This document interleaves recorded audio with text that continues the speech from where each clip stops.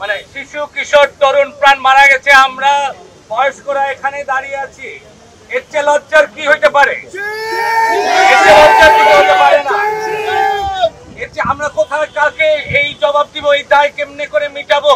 যে যাদেরকে রক্ষা করার দায়িত্ব আমাদের ছিল তাদেরকে রক্ষা করতে আমরা পারলাম না, ব্যর্থ হলাম।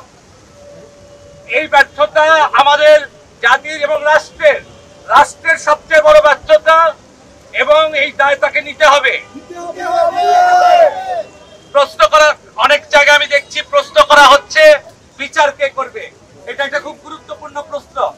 বিচার বিভাগ যদি স্বাধীন হয়ে থাকে, কোর্ট যদি স্বাধীন হয়ে থাকে, তাহলে বিচার কেন কোর্ট করতে পারবে না? কারণ বঙ্গবন্ধু হত্যার বিচার যদি কোর্ট করতে সক্ষম হয়ে থাকে, যুদ্ধ অপরাধীর বিচার যদি কোর্ট করতে সক্ষম হয়ে থাকে, তাহলে বিচার বিভাগ কেন পারবে না স্বাধীন বাংলাদেশে বসে যারা যে যত বড় কুতুবই হোক, যত বড় দেশের রাজা রানী হোক, বিচার বিভাগ কেন পারবে না এদের বিচার করতে? যদি বিচার বিভাগ স্বাধীন হয়ে থাকে,